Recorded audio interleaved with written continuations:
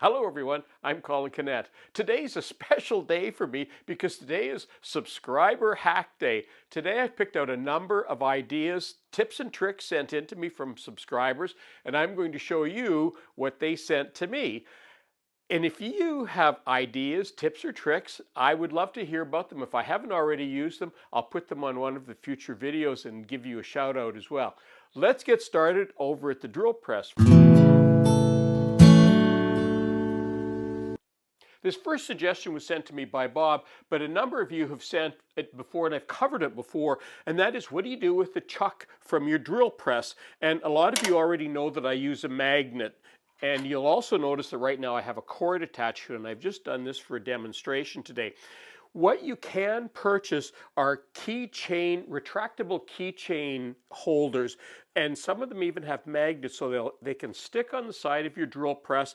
You can pull it out, sort of like a tape measure. You can pull it out, use the key chuck or the key on your chuck of your drill press, and then it just retracts back. Now, I did use that at one time, and to be honest, I didn't like it because what I found, being a kind of a clumsy person that I am sometimes, I found that the cord was getting caught up in, sometimes it was getting caught up in things that I had on the table.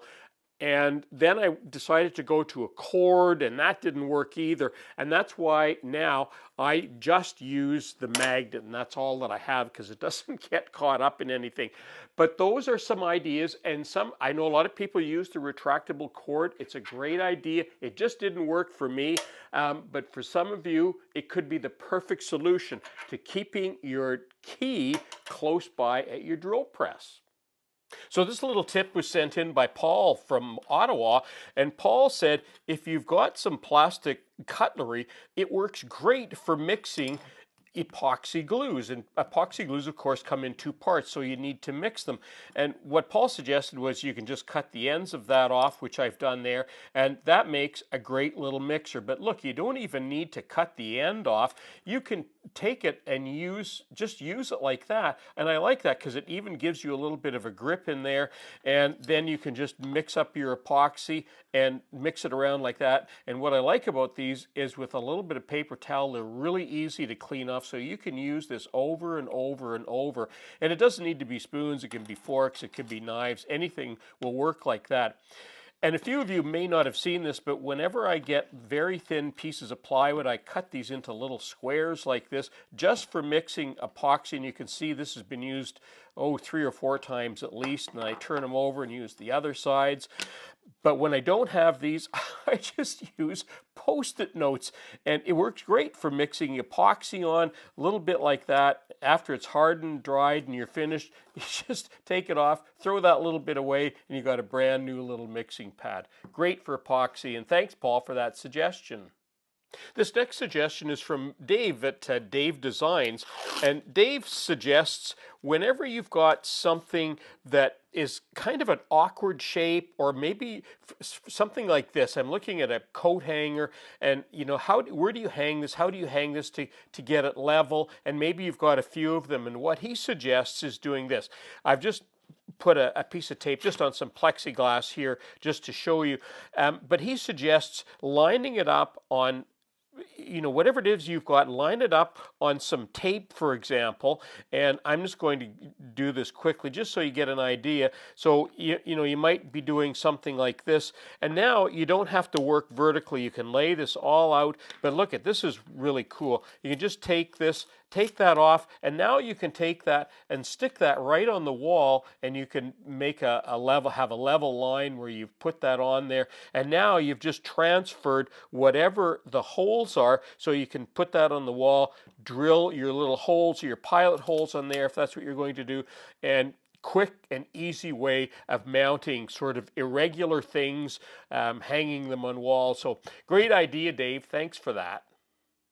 And here's an idea sent in by Mama Seep. This isn't exactly what she suggested, but she basically said you can put a little chain and a little hook on your lumber cart for hanging your bulky clamps. And bulky clamps are things like picture frame clamps, but even these wooden clamps can be bulky and get in the way. And putting them on your lumber cart is a perfect way. I've just got this on the side of my workbench right now, but putting them on a lumber cart is a great way to get them out of the way and still have them handy to use anytime you want. Thanks, Mama C. That was a great idea. Here's a tip sent in by Jerry, and what Jerry suggests is using Windex instead of water whenever you're using your sharpening stones or using your sharpening abrasive paper, which is what I use. And I've been using this now for a little bit, and it actually does seem to work well. And I think the reason it's working is because Windex, as you can see, has a little bit of soap in it, so that's relieving some of the iron filings on the paper. But also, Windex has a tiny bit of ammonia in it, and I think that ammonia is helping the cutting of the steel against the abrasive. So I'm going to carry on with that because I think that's a tip that I can use for sure. Thanks, Jerry. That's a great idea.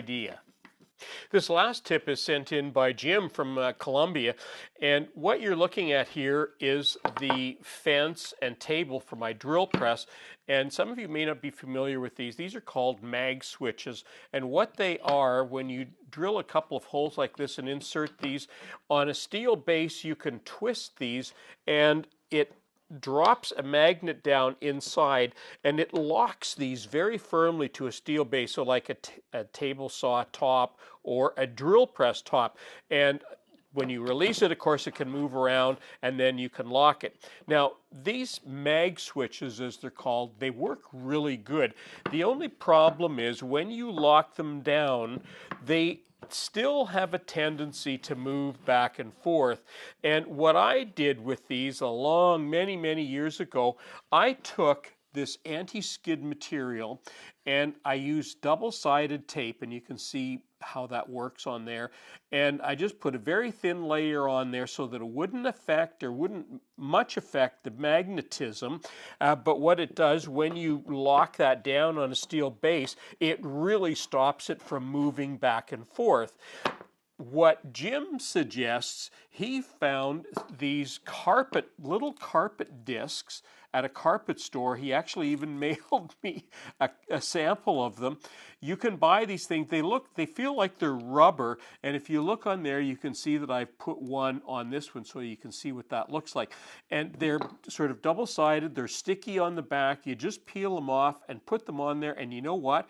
No muss, no fuss. They work just great. They work every bit as good as this, and they're a lot more convenient than trying to cut circles on there and put double-sided tape on. So that was a really good tip, Jim. Really appreciate that. I'm going to take this one off now that I've shown you how this works, and put another disc on there. Well, that concludes my video for today, and I know other people have sent me other tips and tricks, and I still have a backlog of some of those to do as well, so I'll get to those in the future. But if you have other tips and ideas, I'd love to hear about them. Drop me an email and tell me what it is, and if I haven't already used it, I'll put it on the video and give you a shout out. I'm Colin Cadet for WoodWorkWeb. Thanks for watching.